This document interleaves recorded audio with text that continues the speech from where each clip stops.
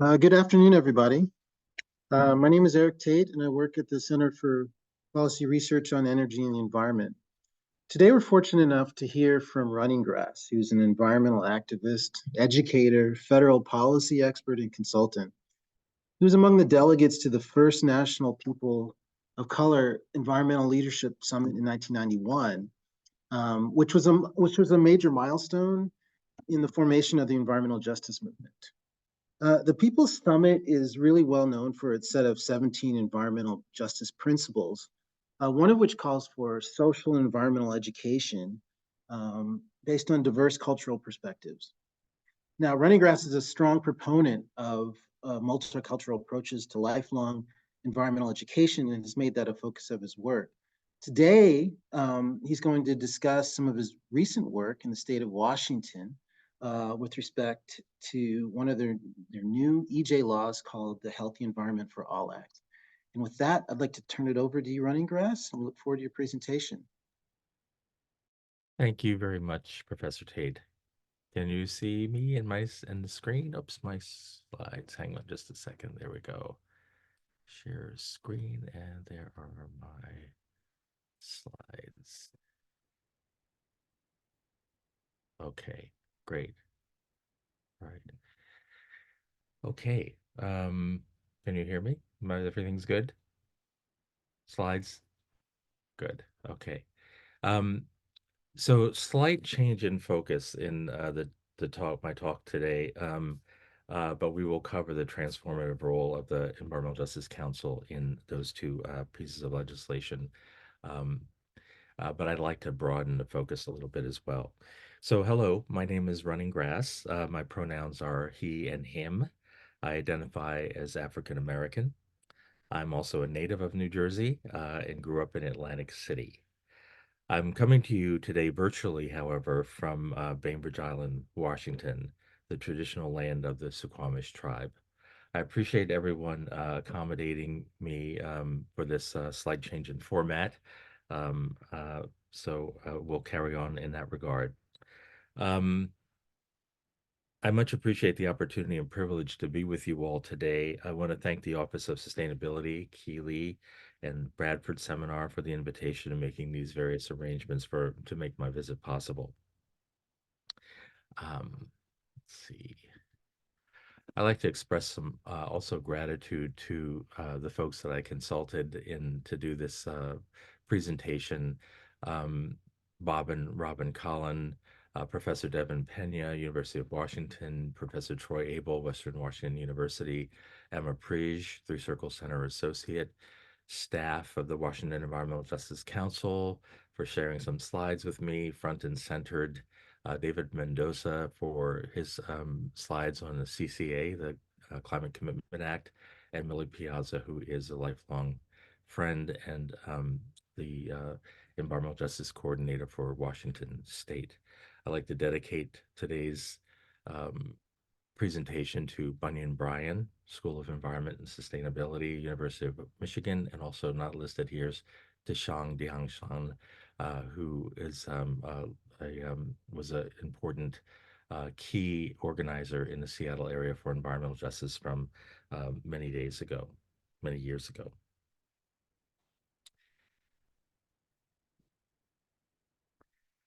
For the past several years, I've partnered with the Princeton Office of Sustainability first to facilitate an environmental justice education journey with Princeton Office of Sustainability partners, MIT and Emerson, and then later to provide environmental justice synchronous learning experiences with Princeton facility staff and students. Last year, I came in person to deliver two workshops to facilities uh, staff and participate in the sustainability class taught at the time by Shauna Weber. Along with the sustainability and environmental justice, as buckets of my work, my core work is actually in the field of multicultural environmental education. And Three Circles Center was originally founded in the 1980s to advance that work. Today, I'd like to share some nationally significant environmental justice news from the Pacific Northwest and some reflections from my multifaceted work in the environmental justice field at the community level as an organizer and activist, in a major federal agency as an EJ coordinator in two EPA regions, Region 9 and 10, and now as an appointed member of the Washington State's first Environmental Justice Council, which is mandated by the HEAL Act. I want to state in advance that I retired from EPA after 22 years on the last day of 2019. So my information on the environmental justice activities of the agency in the last few years are really informed by looking at it from the outside. I'm not privy to the latest and greatest on EJ programs and efforts within the agency during the Biden administration, but I do track a few things closely.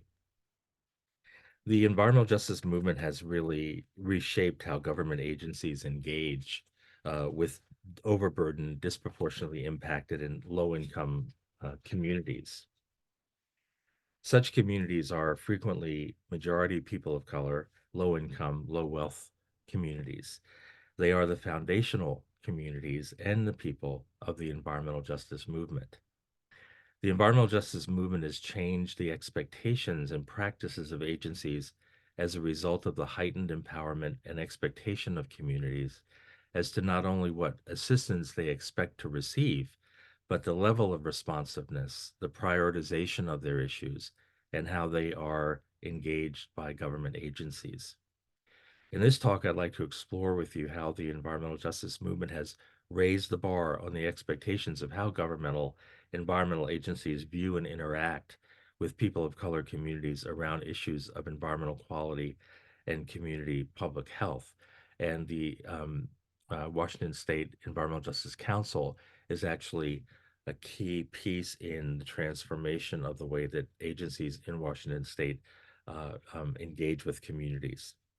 From the start, the impact of environmental quality and community public health has been and continues to be a central motivating factor in the formation and mobilization of the environmental justice movement. There are many indicators of environmental justice progress that could be taken into consideration: specific EJ laws, guidances, and documents, EJ programs and agencies, and the number of personnel designated as EJ staff. Taken all together, these would produce a picture of a wide variety of approaches and varying success by federal agencies and state agencies to address environmental justice issues. My focus today is more limited as an indicator of the heightened expectations of the way community engagement is implemented by agencies and the change practices of agencies in that regard. I'll look at the proliferation of work groups, task forces, and state EJ councils, which most often required seats for members of marginalized communities and their advocacy organizations. Some state agency EJ task forces do not include community members, but are nevertheless focused on community-centered values such as frequent and transparent communication, responsiveness to community needs and priorities, and accountability for agency action. I'm thinking here of California EPA's EJ Task Force, which is comprised of agency personnel focused on community identified issues and tangible results. Such work groups, task forces, and EJ councils have frequently recommended more community-centered engagement practices to be institutionalized in agency strategies and agency cultures. These state and agency efforts of creating space for marginalized community voices are indications of a recognition that previous ways of conducting business with these uniquely, disproportionately impacted, and racially diverse communities were not working and needed to change for solutions to actually be successful. For many state agencies, that recognition alone signaled a break from their previous histories with people of color and low-income communities, histories of marginalization, erasure, and co-optation. Those pervasive practices of systemic disregard precipitated the formation of the EJ movement itself. I'll look briefly at the Oregon experience with citizen advisory groups and task forces and provide an overall glimpse of how other states, New Jersey and California, have responded for the need to engage communities more extensively and authentically in what they've accomplished for environmental justice before we get to Washington State. Sort of a getting prepared, framing the issue. I'll look more closely at the current events in Washington state regarding the establishment of the first ever and legislatively mandated Environmental Justice Council, which, among other things, is tasked with co-implementing the HEAL Act. I'll also touch on the Climate Commitment Act, Washington's Cap and Invest program. Excuse me for one moment.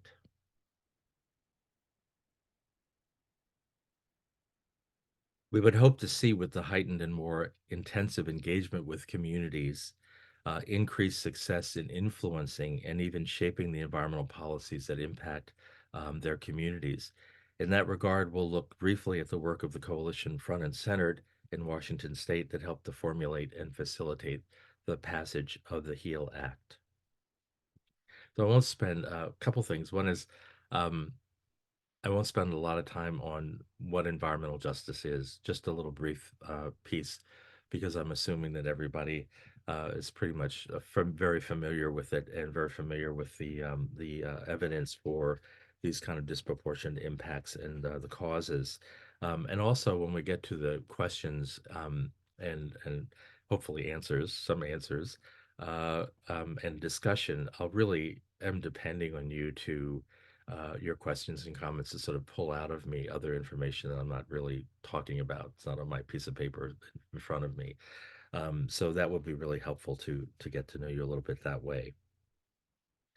Um, see, so defining, let's see, uh, yes. So what is environmental justice? The historical context, Warren County, North Carolina, the 1980s, the first time that civil rights organizers and environmentalists came together to protest the dumping of toxic soil in a small African American community. The charges of environmental racism is what we heard quite a bit at the beginning of the movement. Empirical studies came into play in 1987, the Toxic Waste and Race Report. Bob Bullard wrote Dumping in Dixie, Race, Class, and Environmental Quality in 1990. First National People of Color Environmental Leadership Summit in 1991 that promulgated the principles of environmental justice. So that's some of the basics. If you haven't heard about Warren County, you might also, even if you have heard about Warren County in the 1980s, you might also take a look at information about Times Beach, Missouri. These two communities are connected in that way. Leave it at that. The connection with race, class, and other forms of discrimination, environmental justice sort of was related, connected to this. Other forms of discrimination, both in housing and other forms, civil rights and human rights. Environmental justice is a civil rights issue, it's an environmental issue, it's a combination of those, and it's a human rights issue as well. Over the years since these formative experiences with environmental justice, the movement has really shown, and the scholarship around environmental justice has really shown an incredible vibrancy and ability to actually become a conceptual framework for other fields with other discourses within environment. Sustainability, for example, we now know that sustainability without environmental justice is really it's missing its real purpose. Climate justice, now even the climate discourse is been connected to environmental justice in a way. And then all throughout, we've had responses by federal, state, and local government. Um, I I would suggest that there are several phases of this. We see them all operating at the same time sometimes, but resistance of agencies, recognition of the issues, and legitimation of the issues. Thinking of the executive order there, and integration of the issues into the fabric of environmental policymaking or the institutionalization. Thinking here of executive order, the first executive order on environmental justice 12898, but there were other executive orders as well, most recently in the Biden administration. Policy happening at both the federal and the state level. Um, let's see, defining environmental justice. So Um, they're the reg, basic kind of easily recognizable uh, definition of environmental justice, the distribution of environmental harms, rights, and benefits on the basis of race and class. That's a basic definition. And harms can include exposure to harmful substances without knowledge or consent, talking about frontline communities. Rights can include process rights, the right to clean air and water, or process rights like the right to information and the opportunity to participate in environmental decision making, or again, rights of repair, what I call rights of repair, such as compensation for harm that's been done. Benefits can include access to green space or sustainable community development projects. Very That definition is very sort of inclusive in a way. And on the other side, we have EPA's definition, often cited and unfortunate in some ways, but it's often cited, and it's the fair treatment and meaningful involvement of all people, regardless of race, color, national origin, or income, with respect to the development, implementation, and enforcement of environmental laws, rules, and policies. The emergence of the environmental justice movement in the late 1980s took government agencies somewhat by surprise with the charge of environmental racism from communities and researchers. That is, that environmental policy had sociocultural and racial dimensions that were not taken into account or even acknowledged in the policymaking and implementation process. Scientists, regulators, lawyers, and other members of the policymaking establishment were mostly oblivious to how racism, classism, and other forms of bias were influencing, shaping, and finding sometimes subtle but unmistakable places in environmental policies, the impacts of which were felt in people of color in low income communities. Hence, the charges of environmental racism leveled at that time by a newly emerged movement comprised of a broad demographic of people of color from widely distributed communities around the country was an unwelcomed addition to the dominant environmental discourse at that time. The impact of that movement that came to call itself the Movement for Environmental Justice was not only to challenge the environmental policymaking establishment, but also, in effect, to challenge the pervasive cultural myth that people of color had no palpable interest, politically, culturally, aesthetically, or otherwise, in questions of environmental health and quality. Fortunately, there is a cultural revolution underway now as the erased histories and traditions of people of color in the natural world in North America are being revealed, and as young people of color, pardon me, are embracing the environment politically, recreationally, and as a lifestyle, as in gardening and farming. So in a way, environmental justice movement was is actually both precipitated, gave form, but also is a part of a vast cultural movement around the relationship of people of color in the environment. And environmental justice can be seen as sort of the political um, manifestation of that.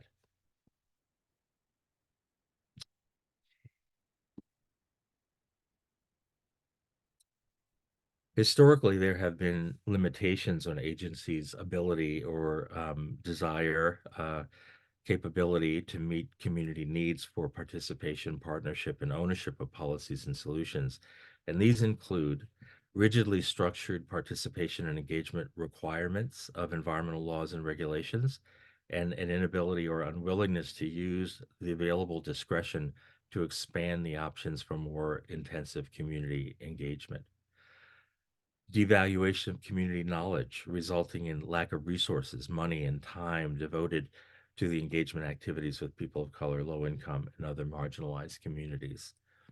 And continuation of a cultural mindset that devalues community knowledge, reinforced by the lack of racially diverse engagement staff with lived community knowledge, and a lack of diversity, equity, and inclusion training for all staff with accountabilities tied to their job performance when they work with these communities. My experience suggests that these limitations have hardly been overcome across the board, but in many cases and situations, notable qualitative improvements have been made, spurred by the demands of environmental justice communities.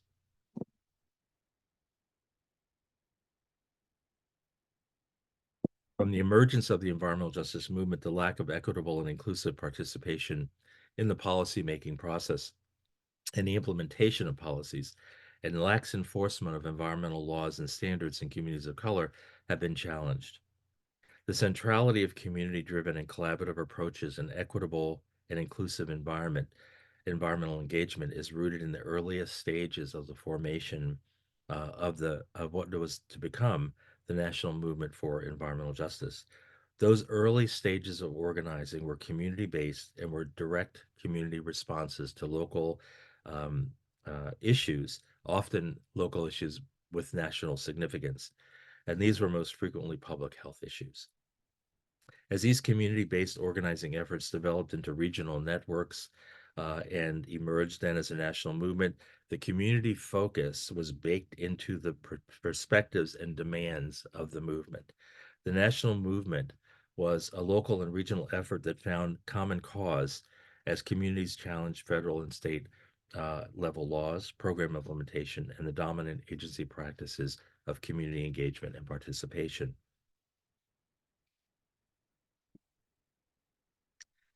Community-driven participation is a core expectation of the environmental justice movement and is enshrined in several of the principles of environmental justice. That manifesto of how the movement defined itself to the world and that was promulgated at the 1991 First National People of Color Environmental Leadership Summit held in Washington, D.C. Principles 2, 5, 7, and 16 especially exemplify the demand and expectation that communities will lead the way and that agencies will be held accountable. From these principles, we can see a call for partnership that to be equitable needs to be unbiased, comprehensive, respectful of the efficacy and legitimacy of community knowledge that's based on the lived experiences of residents at the community level. To have this kind of relationship means that agencies have to contend with the biases within their agency cultures and their personnel, and that the epistemological methods and traditions of other ways of knowing need to be seen as valid approaches to environmental assessment and problem solving, policy making, and implementation. The firm expectation can be seen in the early response by communities to governmental resistance and disbelief in the claims of communities that racism and other forms of discrimination actually infected environmental policy making. The empowered movement motto heard frequently at the time and still resonating today is we speak for ourselves, meaning that we understand the conditions of our lives in the environments in which we live, work, play, pray, and learn, and that environmental policy making must proceed in the way that communities understand and make meaning for themselves. How did the environmental justice movement over time, over multiple administrations, press and accomplish this recalibration within agencies regarding the need for authentic engagement? Several factors come to mind. Persistent and multifaceted advocacy over time, demonstrating the value of community knowledge, sympathetic allies in the agencies throughout the decision-making space. And Jill Harrison's recent book, From the Inside Out, captures some of the complexities of environmental justice allies within agencies working to make a difference for agencies. A better understanding of EJ issues gained by community collaboration and more data on issues that suggest that solutions and their implementation would require more community participation to be successful. That actually community leadership was a necessary ingredient for successful solutions. More and better information about environmental issues. The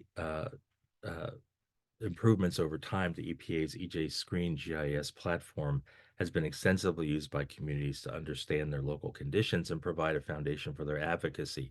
The tool has inspired other states to develop their own platforms as well. Thinking here of Cal EPA's Enviro Screen and Washington State's Health Disparities Map, which is we'll get to again a little bit later. The role of academics and universities partnering with communities on community-driven projects, that is another factor of how the movement has transformed the relationship with agencies. And there are many examples of academics working with communities. And in many times, in fact, EPA or state funding has been instrumental in making those projects and partnerships possible.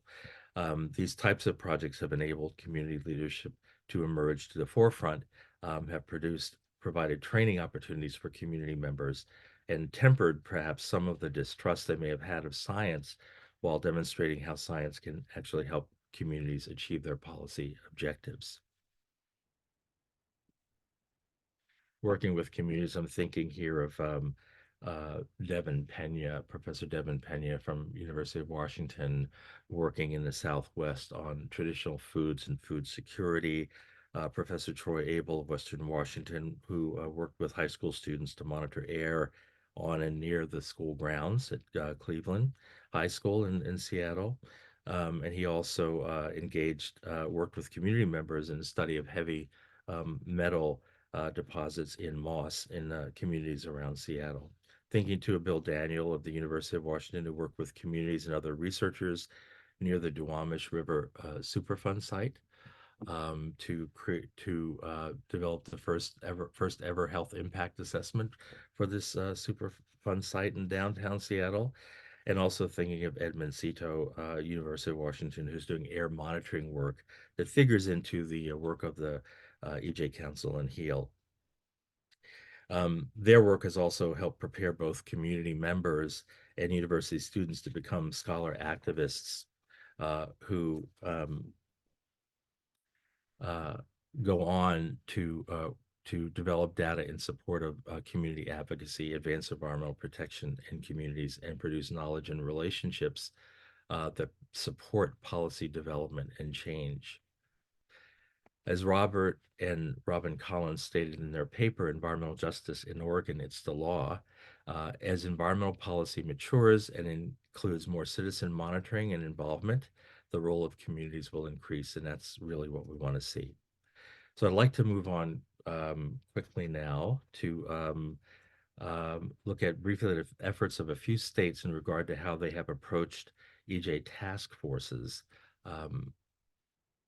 And again, framing the Washington state experience of the HEAL Act and Climate Commitment Act. So just take a quick look at Oregon, New Jersey, California efforts. So one result of the changed relationships and perhaps reflecting a broader willingness to try more collaborative approaches and accept community members as essential voices of lived experience is the establishment of EJ task forces or EJ councils or EJ advisory groups. Different states use different terms for it, and they're structured differently from state to state often. The establishment of these groups, whose members most often include community members, is an innovation that at least carries the potential of establishing relationships that lead to institutionalizing more community-focused engagement practices. So I'll just quickly look at the experiences of Oregon, Washington, and lesser extent California and New Jersey experience. Currently, 19 states have ad hoc or permanent EJ councils. 8 of these states have created their councils since 2020. 5 have created their councils between 2010 and 2019, and 5 created theirs between 2000 and 2009. One, Florida created their EJ Council in the 1990s, but it's been defunct for a while, from what I can determine. New Jersey has an environmental justice law. Go New Jersey. Appreciate that. I'm not going to talk about that. We'll leave that analysis for the lawyers. But I just want to say that New Jersey also has an environmental justice advisory council. I'm wondering how it interacts with the law. Something to be researched. Members include, it has 18 members. Members include community grassroots groups, civil rights or labor or social justice groups that operate statewide, environmental or EJ groups that operate statewide, state or federally recognized tribal governments or indigenous groups. Faith-based groups are included in there, as well as members from industry or business, public health, academia, planning, and municipal county government. What a spread of interests, but important that there are environmental justice groups that operate statewide that are involved with that council. It has published, that advisory council has published several policy proposals, recommendations, highlighted on its website, include urban agriculture white paper from 2019 and a 2009 cumulative impact action proposal, et cetera. So this information is really easy to get from that website. Um, but the important point is that the EJ voices are part of those bodies that are doing some significant work around publishing their papers, evaluating programs, and just tracking agency work around environmental justice. Um, California was convened, their task force, EJ task force, was convened in 2013 for the first time. It appears to be comprised of agency personnel, but their work is, quote, centered around enhanced, sustained community engagement, unquote. Enforcement was also a key focus of that task group. Community feedback over 2 years revealed the need to focus on enforcement engagement, and that's led to a pilot of 5 community forums to track complaints, enforcement efforts, and enhance transparency, accountability, and multimedia cross-governmental solutions. I think that I'm not sure what their focus is today, but this was an early focus that was derived from them having intensive conversations with communities about enforcement-related issues that needed to be resolved for communities. There's another group convened by Cal EPA called EJ Liaisons, whose role is to, quote, ensure meaningful involvement of community in decision-making, implementing programs supportive of EJ, and support policy development to support EJ. However, there wasn't a lot about that group, nothing about their membership or their recent activities. In Oregon, before I start that, I just want to thank Bob and Rob and Colin for their documentation in their seminal article, Environmental Justice in Oregon, It's the Law. And much of my summary is drawn from conversations with them and from their article. Hopefully, I get the summary correct. If I don't, it's on me, not on their article. But we're getting to the Northwest, as you can tell. So in Oregon, years of effort at the community level finally took hold in 1993 as the first environmental justice task force. The Oregon Environmental Equity Citizen Advisory Committee was established by the then Governor Barbara Roberts. The stakeholders comprised in the committee were a broad group that include Black and urban advocacy organizations, multiple tribes, county governments, a utility, mainstream environmental organization, among others. Significantly, 2 trainers in cultural diversity and cultural dynamics were a part of the committee. A process of identifying EJ issues ensued, and eventually recommendations were made, including 6 which focused on institutionalizing environmental equity. So it's this drive towards institutionalizing environmental justice considerations and practices and values in the institutions. This is, you'll see with the HEAL Act and the work of the council, this is still what we're doing. And the HEAL Act has given us the opportunity to actually have the kind of close dialogue, and beyond recommendations, close dialogue and monitoring and co-creating with Washington state agencies around environmental justice. um, so the recommendations that this group put out were specific ones related to communications and community engagement procedures directed towards agencies, reflected prioritization of community participation, inclusive engagement practices that were language and ability sensitive, environmental education for communities, and diversity and cultural competency training for agency staff, agency accountability measures, and recognition of the needs of tribal people and farm workers, marginalized populations within the state.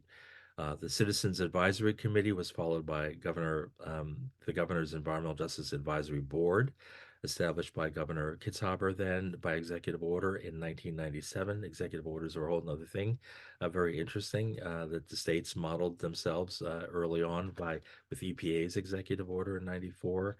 And this group was to track the task force's recommendations.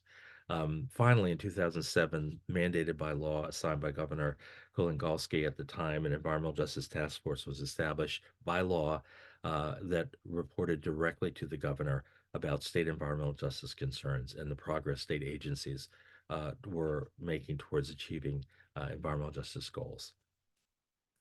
Um, it also held agencies accountable, requiring natural resource agencies in Oregon to integrate environmental justice issues into the way they did business and to make a report to the governor and the task force about their action in underrepresented communities. So moving to Seattle, how much time I've got? I've got to move through this. Um, so the takeaways of EJ task forces and advisory councils, um, a great deal of advocacy over time went into getting in those states to the point where EJ entities were formed to begin with. A wide variety of approaches were taken to initiating, forming, and structuring these groups. They began to set the foundation and framework for institutionalizing environmental justice at the state level. While many had limited power and budget, they could evaluate agency performance on EJ and make recommendations from their perch within the governmental arrangement. They could also develop plans and implement schedules. And most importantly, they began to integrate the community voice in policy-making space, setting the expectation among communities and agencies, agency policymakers, that communities had a legitimate place at the EJ table that they could help shape. There were iterations of these groups over time, with some of them eventually mandated and legitimated by actually legislative requirements. So, Washington State. Some early organizations in Seattle working, as I mentioned, there's a lot of work at the community level to make it possible for, in Washington State, a HEAL Act, Climate Commitment Act. So looking at the Community Coalition for Environmental Justice was formed in the 1990s, worked for over 20 years doing multicultural organizing at the community level. They tracked relevant legislation. They advocated for policy changes, and they were instrumental in drafting language for HB 1411, the Environmental Justice Act introduced by Washington State in the 11th District by Velma Valoria. This was what year? It was a while ago, and I've been reminded that this really is the first environmental justice law for the state of Washington, preceding even the HEAL Act. The other organization that's still alive is the Duwamish River Cleanup Coalition, founded in 2001. They became EPA's CAG Community Advisory Group for the Duwamish River Superfund site, and that's where Bill Daniel and others, students at UW, were involved in the health impact assessment for that. Let me see. Oh, we've gotten there. Like Oregon, environmental justice efforts were underway for a number of decades before resulting in some significant institutionalization of EJ in governmental activities. Those two EJ groups that I just talked about were really very much at the forefront of that at the time. In both states, Oregon and Washington, Black female legislators were instrumental in moving the EJ ball significantly further ahead. In Oregon, State Senator Eval Gordley was instrumental in getting the Environmental Justice Task Force written into law in 2007. In Washington, Senator Rosa Franklin proposed conducting a state environmental equity study in 1993. This set in motion a number of significant actions on the EJ front that led in time to the development of an environmental health disparities map, which is central to our implementation of the HEAL Act and an Environmental Justice Task Force. From the task force, the task force that came out of that was an important step, but I'm going to kind of step ahead of that a little bit because of time and just say that the HEAL Act was in part tasked with making sure the recommendations of the task force actually got tracked and implemented. So the HEAL Act, the Healthy Environment for All Act. The goals of the HEAL Act both are implementational and incorporate, or that is integrating, improving, and creating. And so we're talking about implementing the EJ Task Force's recommendations, as I just mentioned, incorporating environmental justice into agency decision-making processes, improve governmental accountability to communities, and to create consistent and accessible pathways for communities to be meaningfully involved in governmental decision-making processes. And one of the first things the environmental justice council has had to do, we have a committee within that on public engagement from an environmental justice point of view. And we have labored to put out our principles of community engagement from an environmental justice perspective.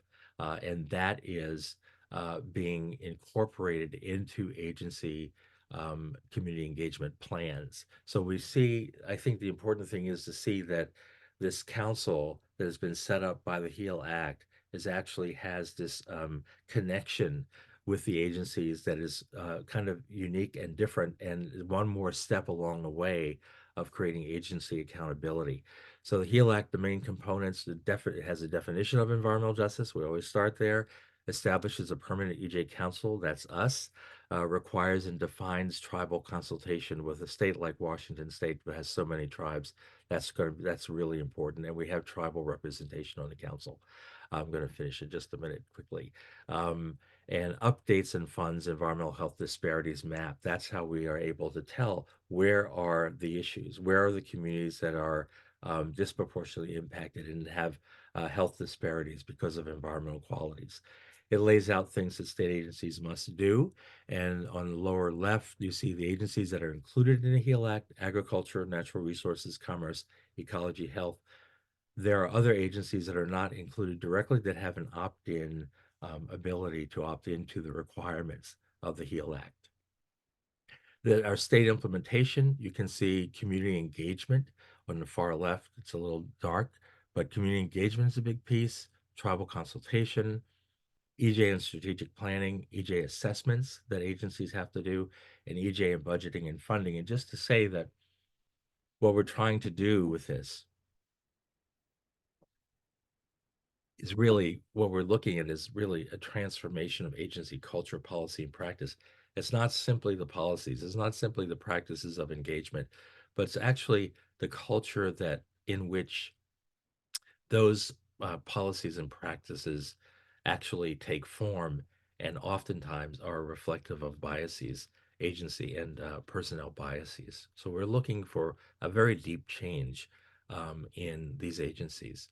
Um, the HEAL Act creates environmental justice assessments that agencies have to do. The important point about this is that it gets a community voice into the way that agencies conduct assessments of projects that may have EJ implications for communities. Um, incorporates uh, by the HEAL Act incorporates EJ into strategic plans and budgeting. Again, this the important thing here is that the public has a way through the EJ Council into actually budgetary requests. And the EJ Council actually, you know, makes recommendations to the legislature and to the governor about things that we would like to see funded. Um, and then the HEAL Act created the EJ Council, and we have 14 members, 2 EJ practitioners. I am one of them. My colleague, Council Member David Mendoza, is another. 4 tribal representatives, 11 members representing communities. That's really important.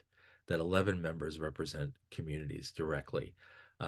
Tribes, businesses, labor, and 1 at-large representative, and non-voting members from agencies, non-voting members from agencies that also sit in the council, that increases the contact that the council, that those 11 members representing communities and the rest of us actually have with agencies directly. These are some of the things the council must do. our duties, more the recommendations that we are able to give. But you can see the third one down, funding to build capacity in vulnerable populations and overburdened communities, communicating the agency's progress to the public, strengthening accountability. Agency implementation of the HEAL Act, the EJ Council also is a equal member in the implementation of the HEAL Act. Some of the things we're doing at community forums, guidance for the legislature, the governor, and the HEAL agencies, and agency accountability. All of those things, I covered those. The ripple effects. We're already influencing other policies such as the Climate Commitment Act. Quickly on that one. Too much to say at the moment, but the Climate Commitment Act is producing quite a bit of, that's our cap and invest. We call it cap and invest. It's cap and trade, and we are. It is actually has produced I think 1.5 or 1.8 billion dollars for the current budget cycle. It's and fortunate thing about this, the important thing about this is that the money is resources are starting to flow to communities to work on their issues, both around climate, but also around health disparities and so on. The more about the Climate Commitment Act, you'll see the center one, funds from these auctions will support new investments in climate resiliency programs, clean transportation, etc. The important point is that the council, the EJ Council with the 11 representatives, community representatives, we have the ability to actually participate in the thinking and implementation of this act. One of the big things we're working on right now is actually Washington State's proposal to link, or it's beginning to look at, it's evaluating whether to link our carbon market, the state's carbon market, with California and Quebec. So this has come to the council in a way that, we disagree with where Washington seems to be going on this. We have lots of questions here. Almost done. So, what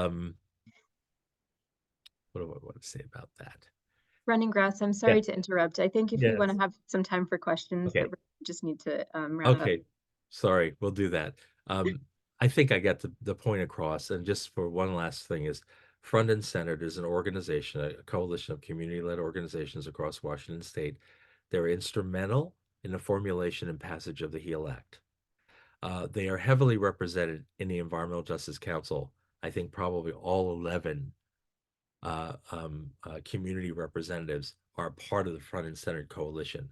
So again, you can see clearly community connected to at a very high level with this legislation and budgets and so on and so forth. And then also it's providing grants and assistance to communities funded through the HEAL agencies and also through the Climate Commitment Act. Okay, please, a question, a comment, a thought. And sorry, Eric, I think you'll need to unmute the room. Okay. Shall I turn my slides off, or what should I do? Sure, it's up to you. How's that? Can you hear me now? Yes, we can hear you now. Okay, so we just have a few minutes left, so we might need to make this a bit of a lightning round. So if anyone has any questions, yes, please, go ahead. Thank you for the talk. Something that I'm a little bit interested in is about the community organizing and activism and how mobilization for a lot of these different organizations has changed now that there's a lot more representation and integration in the policymaking process. Yeah. Well, I think with the HEAL Act and the Environmental Justice Council, that activism is still going on. Front and Centered, for example, and I'm not party to Front and Centered, but reporting on their activities. They're still very much at the community level. It's in a way, it's sort of like a little bit of a microcosm of the environmental justice movement, the way that community organizations link together regionally and to multiply their power. But they're also on the EJ Council, and so I think this access to policy and to funding and other kinds of resources at that level where we are directly responsible to the legislature, reporting to the legislature, reporting to the governor, that the kind of issues that come to us, like the linkage, that communities actually have a voice at that level of policy formation. And so, they're continuing at the ground level, but the access is probably unprecedented in Washington State. It's an unprecedented level of access, and so they're doing it very well, I think, in terms of shaping policy on all the things, agencies in particular, about how agencies need to respond and engage communities. So it's another it's bringing the advocacy and the organizing to another level of effectiveness, I think. Hopefully that touches on what you're like. All right. One more. One more. Oh, on and on.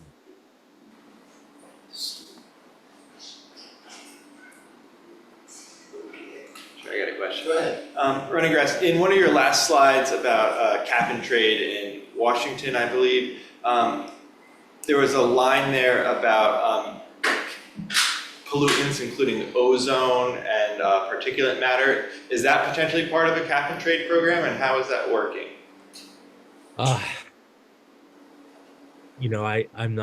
not really sure. Is this the slide you're talking about? Yes, the last little bullet there.